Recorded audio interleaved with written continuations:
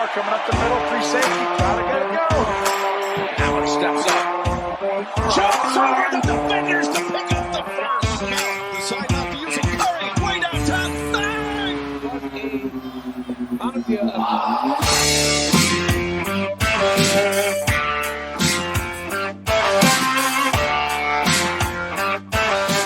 Welcome back, all my winners and losers of fantasy this week. My name's Zach. This is my co-host, Jared. You know it. And today on the PlayBook Podcast, we're going to go all through your contact sports, non-contact sports, and hell, we might even have some fun out in the boxing ring today. The boxing ring. Yes, sir. And that's actually kind of where we're going to start off today. But we're going to be talking about some boxing. We're going to be talking about some baseball, college football, and the NFL today. And to kick things off, let's go to that boxing ring. So in the squared circle, you had probably one of the biggest trilogy matches in recent memory with Canelo Alvarez versus Triple G. Not going to try to pronounce his full name. And Canelo Alvarez retained his unified super middleweight championship with a unanimous decision. Two judges scoring it 115 to 113. And one scored at 116 to 112. Really, not much change from the second fight. The first fight was kind of a toss-up, which turned into a split draw. And then the second one, you had Canelo Alvarez winning. And then this third one wasn't really needed to be called for, to be honest. I think it was just a who's got the bigger truck, if you know what I mean. Yeah, and Canelo just kind of took control. Triple G showed some. And you could see it. You could see it at the end of the fight. They just kind of like looked at each other. Were like, "All right, yep. Are we gonna do this again?" Slap hand. Good job. We both got paid money. They did. They did get paid quite a bit of money in this match, didn't they? I don't know the exact amount, but they're not going to be struggling for money. I can tell you that. After watching boxing, I almost don't know if I'd want to do UFC anymore, due to the fact that in boxing, you're just taking blows with a glove, where UFC, you're just getting the whole hell shit beat out of you. I prefer UFC still, just because it's I like watching fights. UFC. I'm saying, if I were to be a fighter. I want to be both of them. Because one, you have to be cardio-ridden. Oh, yeah. You have to be like, okay, 12 rounds, baby. Let's get it. And the other one's like, you don't have to have that much cardio. But shit, you're going to get anything besides a nut shot's legal. I know, and yeah, don't get me wrong. That's why I love the UFC, because it's actually like gladiators in an octagon.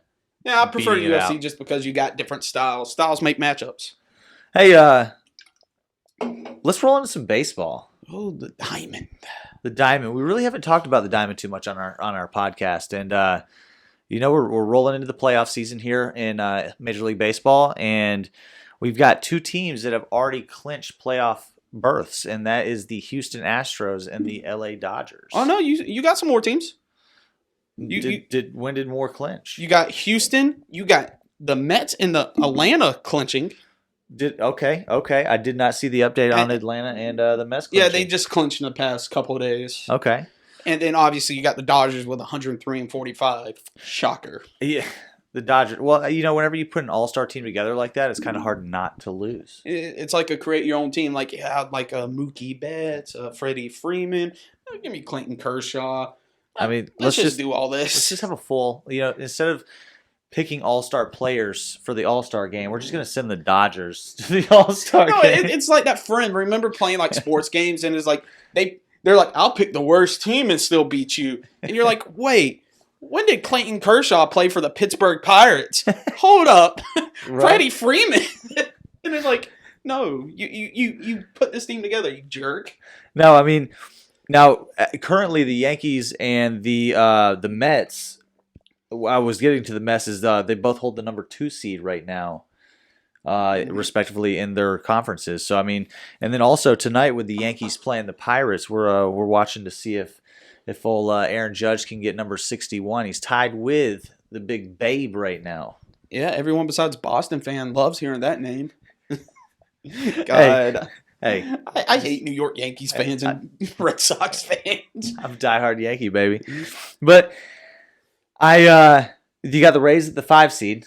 Yep. And we got the Braves at a 4 seed right now. Yeah, the Braves are only one game back from the Mets, and that could flip-flop. That could flip-flop because the beginning of postseason doesn't kick off until October 7th. Yeah, October 7th. That's coming up. It's only like 2 weeks away, man. I know to think about that. 2 weeks away. I mean, my Braves are going to make the playoffs, so I think the Braves will make the playoffs. I think the Braves can make a deep run in the playoffs. Do I think they'll make it to the series again? I don't know. Yes. You think they'll do the series? I'm only saying this because I'm a Braves fan. Yes. I'm back to back, baby. I'm going Mets. Bump the Mets. I'm going Mets on this one. Bump the Mets. I'm just METS, Mets. They choke in the playoffs or big time spotlights. Look, I'm a Yankee to the core. I know we're gonna get in the playoffs, but I think we're just gonna lose out of the playoffs. Oh yeah, you're gonna get beat by Houston. We have players. It's just I think they need to get rid of some of these older folks that they have on the team and go ahead and just retire. Not the older fogies. Come on, man. Get some youth in there. You know, I mean, look what the Mets are doing with all the youth that they have. The Mets have swagger, man. Like they come out ready to play baseball. I hate the Mets. I do too, but like they're they from come New out having York. fun. I mean, I have fun. Doesn't mean I'm good at anything. I think I think Houston could make a deep run in this playoff run, but I don't like Houston this year. I mean, Houston has been good lately. Besides the cheating scandals, They're always hitting trash cheating. cans. I mean, they're kind of like the Patriots of the NFL world. We're just gonna beat drums out in the outfield. Okay, doesn't mean anything. I would say the Dodgers are more Patriot. No, dynasty. the Dodgers are this era's New York Yankees. Don't say that. No, think about it. The Yankees always had the most powerful players because they could pay for them. They could buy them. Well, now LA is doing the same thing. LA is buying every single player that is because LA. Everybody rated wants to be in LA. 95 and up on Madden. Oh, you mean 2K? Oh, I'm sorry, 2K. MLB, no, the show. That's what it's called. The show. I was just playing it like 30 minutes ago. But no, yeah, I think the playoffs are gonna be fun this year. I hope my Yankees go deep, but I don't see it this year because I think they need to get rid of some pieces and add some pieces. I think the Mets will make a deep run in this year's playoffs. I think it'll end up being the Dodgers and the Mets for the NLCS. You think so? Mm-hmm. Yeah. Dodgers and Braves. Dodgers Braves. I don't think the Mets choke. They got to prove to me that they don't choke. I don't know, man. I like the Mets. Out of the AL, I'd say it's going to be between probably Houston and I would love it to be the Yankees. I'm thinking it's going to be the Yankees because they scare me, man. It's like everything's on Aaron Judge's shoulders, I feel like. I mean, You'll have games where like our guys come together and they'll all start hitting the ball, but like typically it's, hey Judge, can you hit a home run right quick so we can get some points? I mean, just right now it's 4-0, and Aaron Judge didn't hit that. You're right. I can't. But they're playing the Pirates. They're they're playing the Pirates that are already Lord. already out of contentions. They've only got 55 wins this year. And we almost lost to them last night. Almost. If it wasn't for Giancarlo Stanton's like grand slam, like we literally would have lost that game last night. I hate him too, but I think we're done on the diamond, don't you think? I don't know. I could talk a little bit more about the diamond. It's a fun time of year to talk about the diamond, but yeah, let's move on a little bit. Let's go on to some NCAA for you casual fans who don't know. That is college football, baby. And to be honest, nothing really. This was cupcake week. It was. Cupcake here, cupcake there, cupcake everywhere. I mean, you have Georgia just. I don't know what South Carolina did to deserve that. Yeah. Georgia just said, "Hey." But Georgia, for the past 2 seasons, Georgia has been great about the first like 6-7 weeks of the season. Shit, the whole season of like, hey, oh, you wanted to score points? Oh, we didn't game plan that. No, Georgia grabbed little old South Carolina was like, "You look like Alabama." What? Go. And now we know why South Carolina wants to change their mascot from cocky to like, what was it? They Commander Cock. Commander. Cock Commander. It makes so much sense. Yeah. There was 4 games that were just very. What happened? Oh, Lord. The majority of them can have to deal with the SEC. They do. I mean, like, okay, so the first one, A&M versus the U. Pitiful game. I expected more firepower. I wanted to see points. I wasn't expecting a 17-9 ball game. Which proves that Miami's not who we think they are. Not yet. I mean, A&M's not really competent. If you lose to App State, and no knock to App State whatsoever, but if you lose to App State at home after paying them, you lose all my respect for being like, you got them there. I mean, it was one of them games where they needed to come out and capitalize. They needed to come out on fire and put points on the board. And another week went by where they could not do it. No, none of them. None of them in that A&M and U game. And that proves to me once again that Jimbo Fisher is the most overrated coach in college football. I don't know, man. Was it defense or was it just not good looking? I think it wasn't good looking. If you want to ask me, like, Miami's quarterback should have been like this hot shot. Yeah, Dick Van Dyke is supposed to be like the next Dallas Cowboy quarterback, apparently. Exactly, and all of a sudden, Burge. I'm telling you, for the recruiting class that A&M had to be the number one recruiting class and to be what they're supposed to be, they should have walked through the U. They should have walked through App State. I could see them losing about 2-3 more games this year, A&M. Oh, yeah, they're definitely losing to Alabama. Oh, definitely. I mean, I don't see. Now, honestly, though, I don't see anybody beating Alabama. Ooh. Look, they go through a game every year where they keep it close, which this year it was Texas. Yeah. It's not going to happen again. I mean, Alabama. You think what Georgia did to South Carolina was wrong? What Alabama did to Louisiana Monroe. But the reason why we're not even talking about that game, though, is that wasn't even a game. 21 points in 6 minutes. How about we don't even need to talk about Alabama because there's just nothing to talk about. It was a nobody week. But I tell you, there was a nobody that came into Arkansas and was supposed to be the nobody for the week for them to prep for an actual SEC game. It was supposed to be a good scrimmage for them, and it turned out to be a threat to their rankings. And it was a 38-27 win over Missouri State. God, That's right, Missouri State came out and into Arkansas and basically handled Arkansas all game. Woo pig! I mean, Woo pig. That was too close for my blood. I think they should drop in ranking. I think they stayed at 10, and I think they're lucky for staying at 10.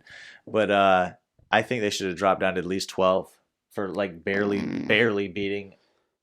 I mean, a Missouri State team. A win's a win, and I don't really see, like, looking at the scoreboard here, Michigan State losing to Washington. I mean, Washington's a pretty decent team, and they're undefeated. Yeah. Then you got BYU. BYU got smoked. Smoke checked by. What happened? I mean, we all watched the Oregon-Georgia game, right? We were all like, Bo Nix wow. decided to play. We were like, wow, Oregon is in a complete rebuild this year. And then turn around and they make BYU look like, why do we have them ranked in the top 15? Who did they beat again? Oh, they beat Baylor? Yeah, so I mean, that game shocked me. I watched that game, and I was very shocked at how Oregon just controlled it. Dude, Bo Nix was like, I'm not playing an SEC opponent anymore. Yeah. I could show my true talents. But does that show you, though, like how dominant I guess the SEC can be? I mean, I take that back. How dominant a couple SEC programs can be. Georgia, Alabama. I almost want to put Tennessee up there right now. Kentucky. I would be interested in putting Kentucky up there as well because these are two programs that have like literally worked from the ground up and have. But the sad thing is we're not in the 12-man playoff yet, and Kentucky and Tennessee plays that bully in Athens. Yeah, that's gonna be a fun weekend. Oh, That's gonna be a fun weekend. I can't wait till that game. I'm not. What about What about USF in Florida? I got 2 words for especially you as a Florida fan. Y'all got lucky by bad snap and hold. Well, There's no well. we got lucky by bad snap and bad hold. It was just it's like what we're going to see out of Miami, I feel like, over the next couple weeks is basically you're going to see these teams with the first-year head coaches and their first-year programs. They're going to be going through this. If they win, it's not going to be by much. And if they lose, it could be either really bad or it could be close. You know what I'm saying? It's all building. I'm sorry, like, even with this first-year coach that you're talking about, like, y'all as a program should not let University of South Florida come down to a field goal where if the holder catches the ball right, places it down right. That's game. And mind you, he almost made it. No, he did. It was a very hard slice. But you say these things. Looked like my golf swing. You say these things. But App State walked right into A&M and it wasn't up to like a field goal. It was. And I said what I said about A&M earlier. I have no confidence in them. I get what you're saying about that, but where I'm going though is to the first year coaches. I mean, you can't hit on them that hard. Oh no, I'm not. That's what I'm saying. Like, I'm not blaming the coach for this. I'm blaming team performance. No, 100%. I feel like the energy was not there on offense or defense this week. It seemed like week 1, the offensive energy was there. It seemed like week 2, the defensive energy was there. And week 3, it just seemed like there was no energy there. Everything was off in the sauce. Yeah, it did. It did. And, I mean, but that's what happens on Saturdays, man. You know, like, you could be 41-20, Oregon over BYU. And next week, score 10 points. You know, I mean, any given Saturday, anything can happen. Any given Saturday. Now, speaking about any given Saturday, we're going to start our new weekly tradition with college pick'ems. Where we're gonna pick about 5 games, and we're gonna choose, and we want you guys to comment on it. And then next week you'll see when we get in our college segment, little scorecards above us, see how our record is. And we're going to compete this year. And loser, we'll figure that out later. Yeah, we'll figure that out. So week 1, we got A&M versus Arkansas. A&M is they're a 2-point favorite, which because it's in A&M. Okay. Who you got first? I'm going Arkansas. Woo big. I'm going to go Arkansas. I just feel like they have it put together. They have their starting quarterback. They have all their pieces there, but I just feel like A&M's still going through this. What's the score? That score right there to me is going to be a 28-24 game. I also got Arkansas, but not as close. Arkansas's offense, they got surprised. I'm not going to lie. Teams face it with a cupcake. You underestimate them, then you have a scrappy game. A&M's offense is just, it's not it for me. I got it 35-14, Arkansas. Down right. Go the Aggies. Here goes a tricky one. Ohio State and Wisconsin. Oh, the old cheeseheads.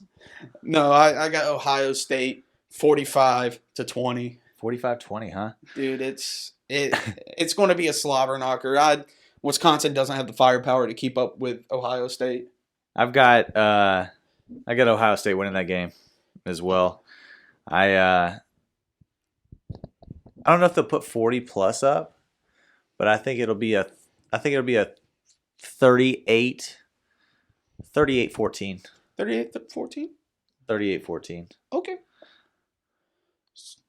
What's your next one there, buddy? Next game I got up here would be Florida at Tennessee. They got Tennessee by 10.5 points. Okay, so who do you I'm gonna go Florida with the upset. Oh my God. We've been sucking ass for 2 weeks now.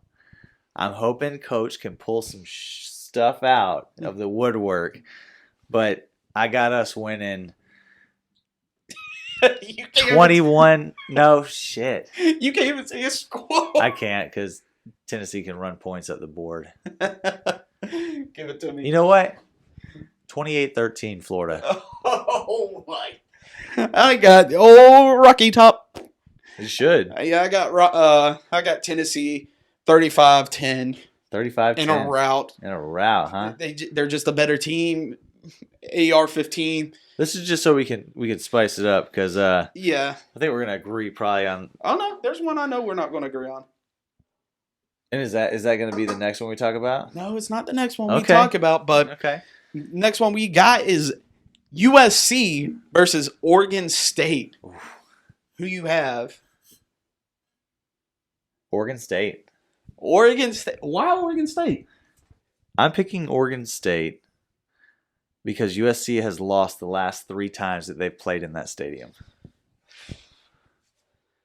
I'm going Oregon State, and I'm going Oregon State 30. No, you know what? We'll go high on this one. I'll go Oregon State 42, USC 38. I got the old Trojan. It's too early for the Pac-12's playoffs hopes to tank. I got Oregon in this 42-14 game. Really? Yep. This is gonna be good. This is, and then we got the last one. Old Bo Nix and the Fighting Ducks versus Washington State. Yeah. I got Washington State in this one. I feel like Bo Nix, after having this amazing game, He's gonna falter a little bit. oh, he is going to tank harder than a fat person in water. I liked Washington State in this game too, so I'll go Oregon. I got 38-7. Okay. You don't have to go Oregon My bad. just because I want Washington State. I should let you finish your prediction there. I'll go Oregon. I'll go Oregon over Washington State, and I'll go 28-12. 28-12? 28-12. I like that. I like that a lot. And if you want to play with us at home, ladies and gentlemen, leave in the comments your predictions. Either go with me, go with Jared, or go with your gut. And if you beat us, we'll have you up on the wall. Yes, sir. We'll post you. We'll tag your name and everything, and we'll make you a part of this show. Yeah, and we hopefully won't lose because I don't plan on losing. We stay in this. Now, I know we hit on the rankings a little bit. There was a couple spicy ones I wanted to talk about and get your opinion on. Okay. And that is, we all know about Georgia at the 1 spot and only allowing about 10 points for about 3 games here lately. But what about Tennessee up 11 spots? They moved up 11 spots to get to the number 11 spot. They beat a ranked Pittsburgh. They really haven't had that many scares. Like Tennessee plays Florida, which if they win, they'll probably move up to number 10. Well deserved. That's 2 ranked teams they've beat. I more like than them. Georgia and Alabama. There was one other team that jumped about 10 spots as well to number 15, and that's Oregon. Oregon jumped back up after that win. Do you think it was deserved? No, it's not. You get smacked by Georgia, and I mean it's Georgia. Don't get me wrong, but it was the way it looked. I was about to say, but that's the whole point, though, isn't it? That's the whole point of the game. Is like you want those big games to see where you stand, and if you got beat down that hard, and you beat a BYU that maybe you beat them really well, do they deserve to jump up 10 spots? In my opinion, they don't, but I don't make the rankings. So my opinion don't mean nothing. And I guess the opinions of all of us right now don't matter anyways until about week 7.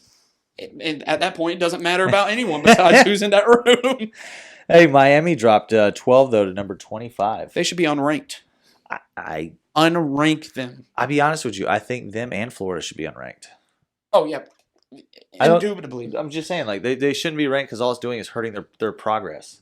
Oh, yeah, because they're like, we're still ranked. No, you're not. No, you don't deserve that. In my eyes, the only team in the state of Florida, I hate to say this too, that should be ranked is FSU. No, why not? I mean, they're 3-0. They beat LSU, which I mean it was an unranked LSU. I mean they're still they did a cross conference win. I mean I'm I like what I see so far out of Florida State. I'm not the biggest fan of them, but I mean, it's Mike Norvell's 4th year. He's got third and a half if you count like COVID and stuff. But I know that hurts you to say you're proud of FSU. But they're doing something, man. I like Mike Norvell. He's just if Florida State will keep allowing him to do his thing, I think they'll turn out to be a decent team. Oh yeah, same here. But we'll see when they face. Do they face Clemson this year? They have to. They do. They're in the same division. Oh wait, it's Miami and Clemson in the same division, isn't it? I know Miami plays FSU. Yep, you got the yearly rival, even though it doesn't seem like a rivalry anymore. No, it doesn't. I kind of forget that's a thing. But let's get off the books and off the schoolyard to the professionals who actually get drafted to pay to play this wonderful game we love. And that is the National Football League, the NFL. And we had a couple of amazing comebacks. Comeback weekend is what I'm calling it. So you want to start? You want to start with the first comeback we have? The biggest one that I saw was Miami and Baltimore. Oh, that's not the biggest one, but I'll go. I mean, the way it happened. Oh, the way it happened, it was they immaculate. scored 28 points in the 4th quarter to come back and win this game. And then Justin Tucker, normally when he kicks the game-winning field goal, it's the game-winning field goal. Yeah. And you had Tua, who all offseason, everyone's saying, he's not the guy. I mean, Tyreek Hill tried telling everybody he's the most accurate quarterback in the NFL. Do I believe that still? Well, check this out. The matchup that we have this weekend between the two quarterbacks, they're both basically have the same ratings, 6 touchdowns to 2 interceptions. So, I mean, you got to say something for Tua.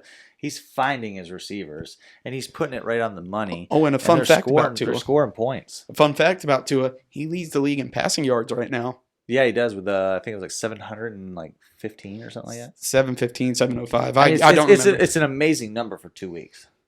It really is. Yeah, we'll probably have a picture up showing the passing yards breakdown. Maybe not. I don't want to have Tua shit up in here. No.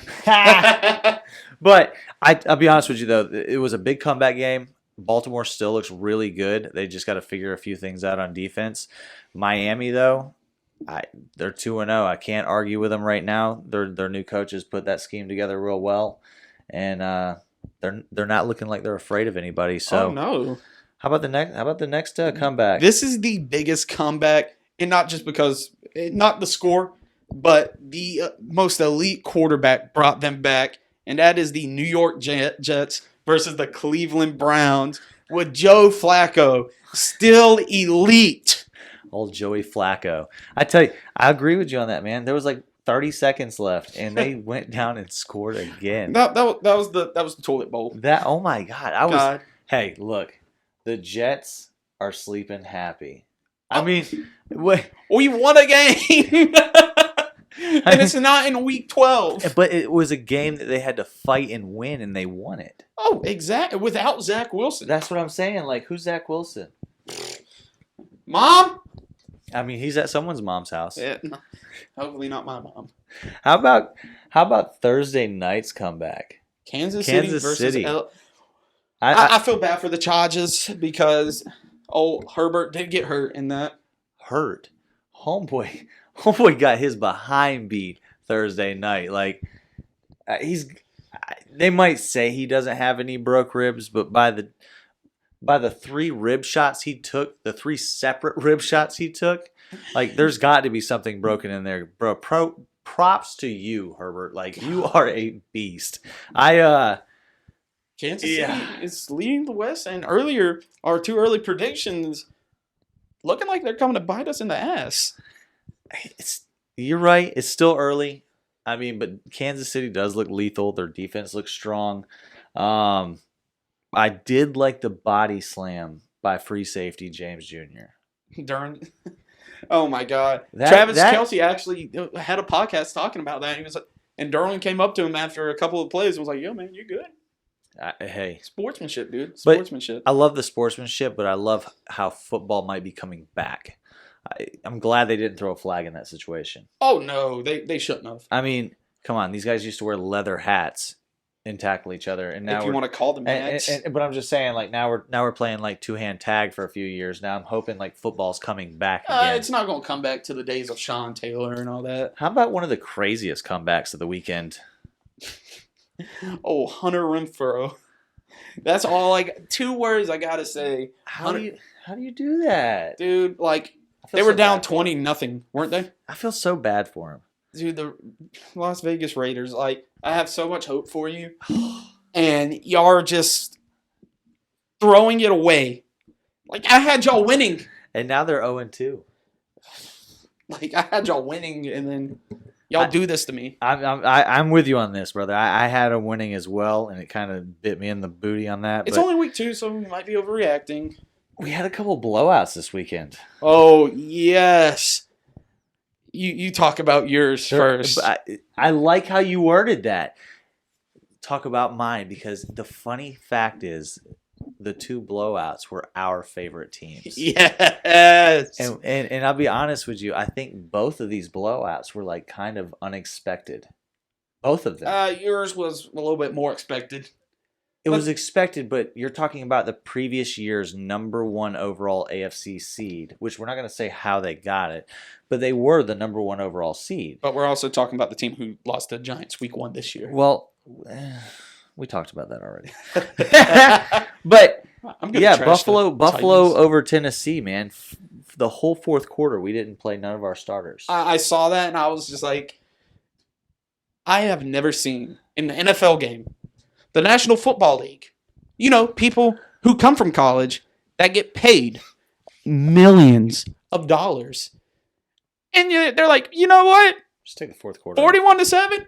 Hey, Josh, Stephon. You guys come over here and sit on the sideline and y'all have do trick shots. Trick shots. Have a Gatorade.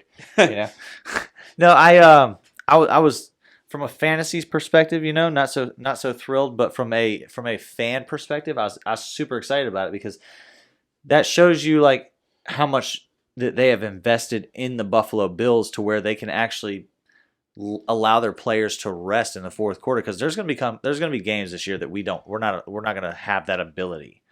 So if we the way y'all are looking right now, like they're. I mean, we got Miami this weekend, and that's going to be the game of the week. But we'll talk about that later. You're right, but that blowout against Tennessee, I think, shocked a lot of people. And did you see how many injuries there were in that game?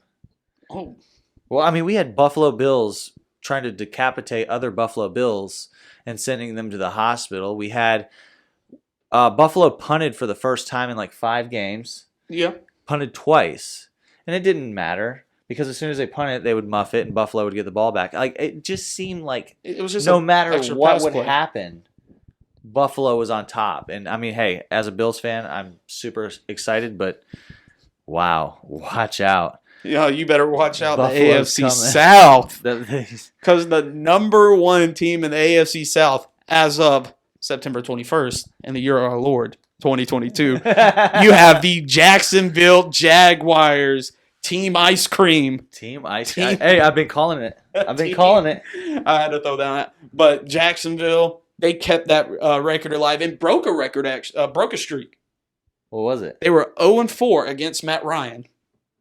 Oh, I didn't know that. They were 0-4 against Matt Ryan until last Sunday, where they made Matt Ryan look like a rookie. He made him look like Marcus Mariota back in Tennessee.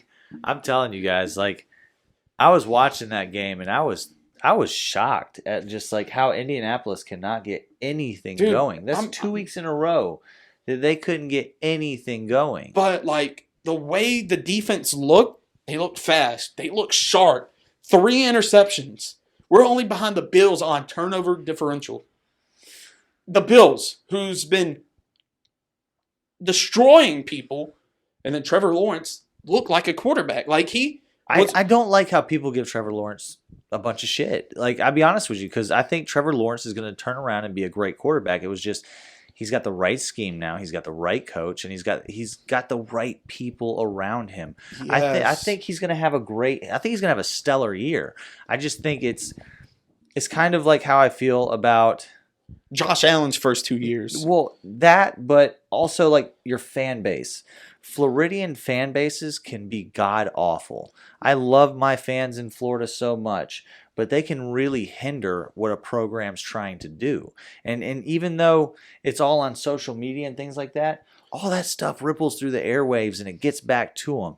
If they give Trevor Lawrence a little bit of love, bro, they're giving him love this week. Pull a Bills Mafia, bro. Get your fan base to do a donation and like as his number on his jersey to his organization. I mean, hear me out, guys. Look at how well it's done in Buffalo. We donated to Andy Dalton. I'm not going to lie. I thought you were about to say just start jumping through tables, and I'll be like, I'm down. I mean, you could. But it's kind of a tradition in another team's favor. We might get upset about that. I wish we played y'all this year in Jacksonville. It wouldn't happen because we'd lose. We'll steamroll everybody and lose 9-6 in Jacksonville. I'm sorry, I gotta bring it back. That last year, I don't know what happened. I do. Do you believe in?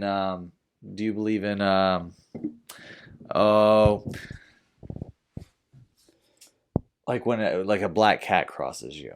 Oh, superstition. Superstitions. Thank you so much. You're welcome. Last year, for every active player that was playing on a roster. That went on the Manning and Manning show on Monday Night Football, lost the following week. And it's a stat. Josh Allen went on the Manning and Manning Monday night the week prior to playing Jacksonville. And then we just lose 9-6. Oh, but also the 3 wins that Jacksonville has, the Buffalo Bills knocked them out the first seed. Yep. Indianapolis Colts knocked them out the playoffs. And who was the other team that we beat last year? I can't quite put my finger on it. I'm not sure because it's last year, and I'll figure that out later. You guys just want to be stuck on a fantasy of like how you got to knock actual playoff teams around in their digits. Exactly. Hey, that's what we do in Jacksonville. Well, hey, how about this? Let's go over a stat that not a lot of people think about. That is, for teams that start 0-2, the percentages of them making the playoffs is like almost nothing. Yeah. And have you seen the teams that are 0-2? Tennessee. To name one of them. Tennessee, Carolina. Indy. Indy's not 0-2.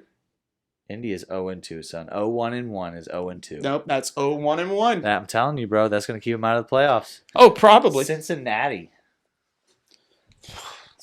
bro, is 0-2. That Tell me about it. Most expensive offensive line is 0-2. Most expensive piece of paper. It really is, and I bet you 3 of those don't make the playoffs this year. Oh, let's see. Who else is 0-2? You got nobody. Las Vegas. Well, yeah. Oh, I thought we said Las Vegas. Yeah, Las Vegas. Las Vegas 0-2. Tennessee's 0-2. Indy's 0-1-1. Houston's 0-1-1. And Cincinnati's 0-2. The rest of them are 1-1 or 2-0. Are you sure that's all of them? I was looking through the schedules this week, and that's what I was seeing. Yeah. I'm not going to delve deep into that, but yeah, their playoff hopes take a huge hit historically. They diminish after 2 losses at the beginning of the season. But let's roll on with games of the week that we have. Oh my gosh. You started off because it's probably the biggest game of the week, in my opinion. I think it'll be one of the biggest games of the week, and that is going to be the Buffalo Bills versus the Miami Dolphins in Miami. Both teams are 2-0. They have both strong starts to the season. Both quarterbacks have 6 touchdowns, 2 interceptions apiece. Tua leads in the passing column by about 110, 20 yards. He's killing it this year so far, as well as Josh Allen. Both quarterbacks are looking really good. Battle of the East. And both defenses are looking really good. Yeah, now we're going to see which defense could hold which wide receiver core. And that's going to be the question. And I feel like Miami has a touch of an advantage there. As much as I'm a Bills fan, and you know me, I'm going to be like Bills all the way, and I think Bills will win this game because I am a Bills fan. But if we're talking about cornerbacks, they have the advantage. Mm-hmm. They have a big advantage. And who's your prediction in this game?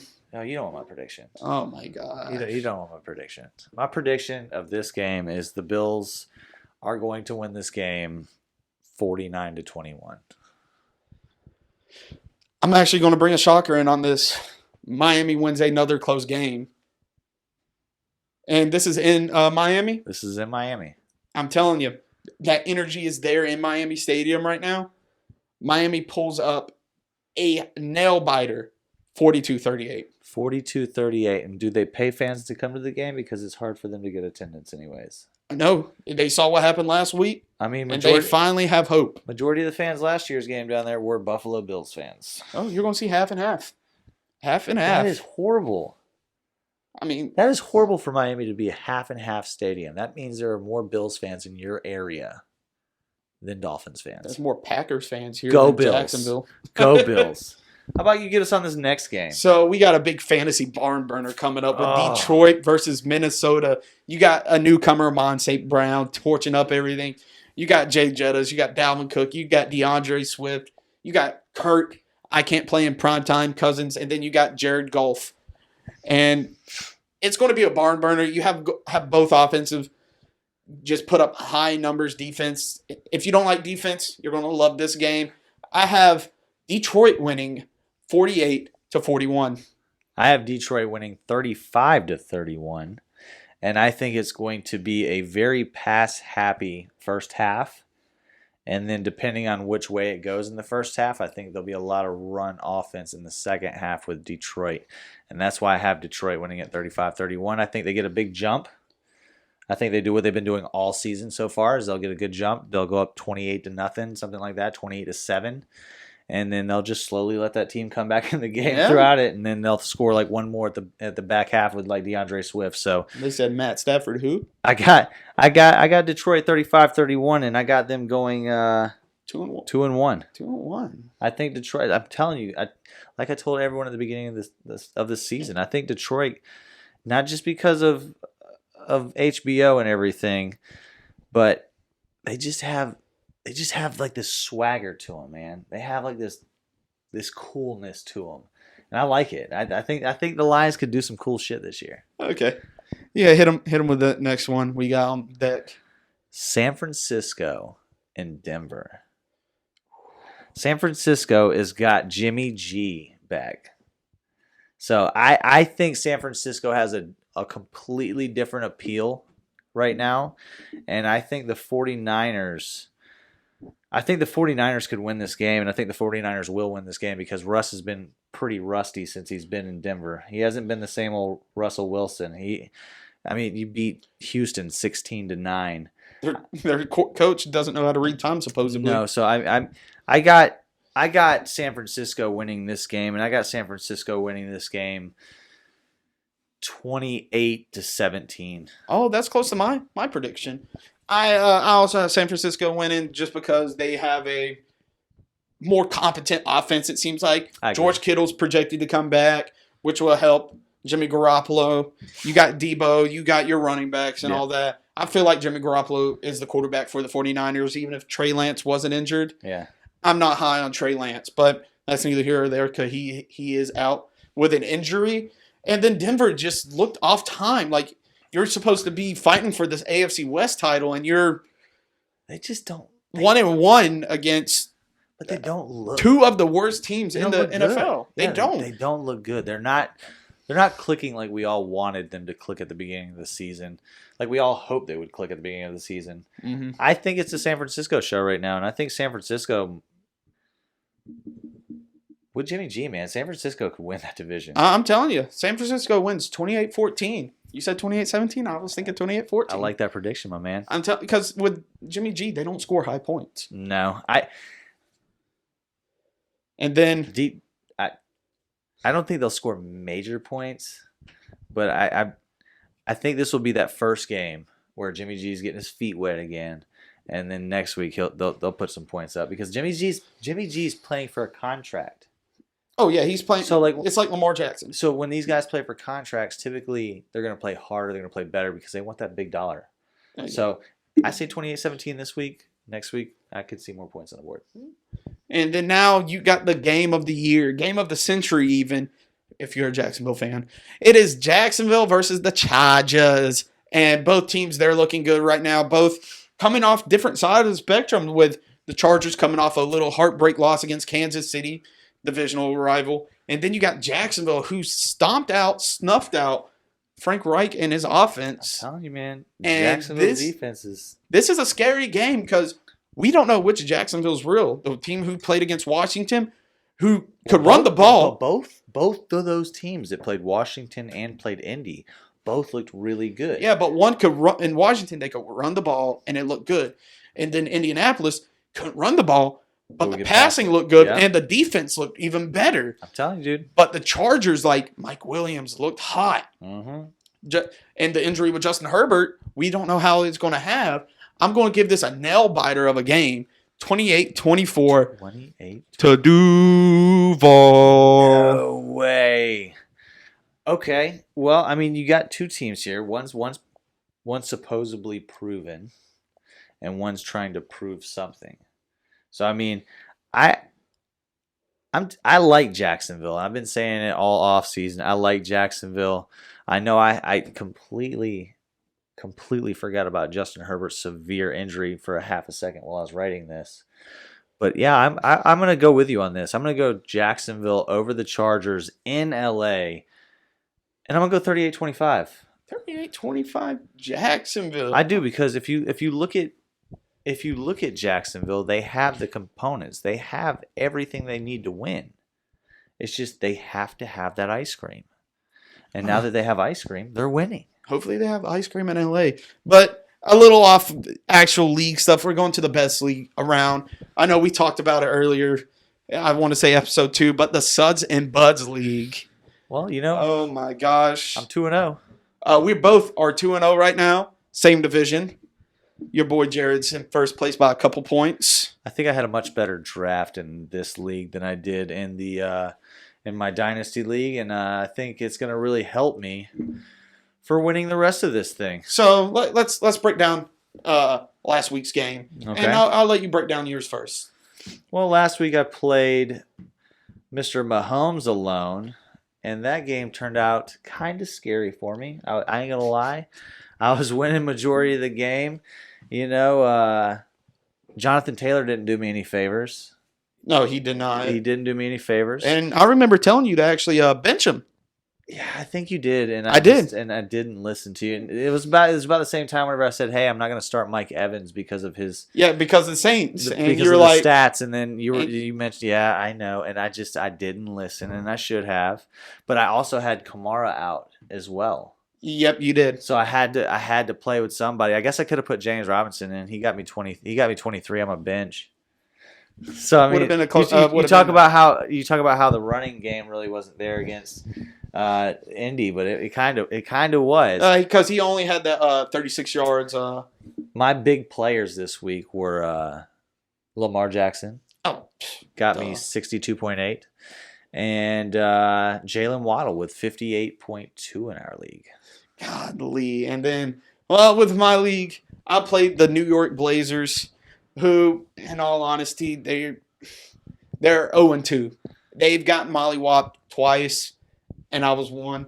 It was 160 to 202. I don't have to worry about a nail biter.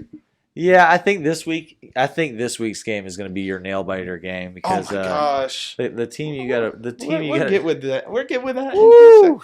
But my lowest score was the Bengals defense. 3 points. Oh, you got 3 on that? But the guys that kept me afloat was Amon St. Brown, like I said earlier, with a 58.8 points. And then I had Rashad Bateman with 34.6. I like Rashad Bateman. Oh my gosh, he is amazing. I think Rashad Bateman is just going to keep trending up and up from here. I mean, he's the number 1 in Baltimore. What? Nothing to lose, man. Yeah. He should be started on every roster. I think Bateman should be started on every roster. Unless if you have 3 God-tier running backs and 2 God-tier wide receivers. Even at that rate. Like if you have a Jalen Waddle and a Amon St. Brown, or a Cooper Kupp and Amon St. Brown. Well, of course. I mean, unless your flex is going to be a good wide receiver instead of a running back. Depending on how depends on who you play. It depends on how your league is set up. Yeah, and we want to hear about how your fantasy went. If you lose, you lost, close game, bad game. Who screwed you over? Who brought you to the finish line? We're not going to say any names. Took a receiver off the waiver wires before I could get him. Garrett Wilson. Not saying any names. And I don't even need them. Oh, Lord. But, Jared, do you have anything else before we close the show out? Well, don't forget to subscribe, like, share the crap out of our show because we love to see it just wander around the world. And don't forget, keep your playbooks close by because, we like to try to put out shows once a week right now. And 2, click that little bell. That little bell is going to ring every time that we put a show out. And then that allows you to pull that playbook out and come with us and learn some stuff. And then also take some notes because, hey, maybe we can help you win a championship in your fantasy football league. And another big shout out to the Sports History Network this week. They partner up with us. You can catch all of our stuff on Apple Podcasts, Spotify, Google Podcasts, every big major podcast platforms. And yeah, I think that's it for today. Jared, hit them with it. Hey everyone, make sure you keep your playbooks close by. Keep them right beside your side so whenever we come back with our next episode, you can whip them things out and take notes with us. You all have a great night. See you later.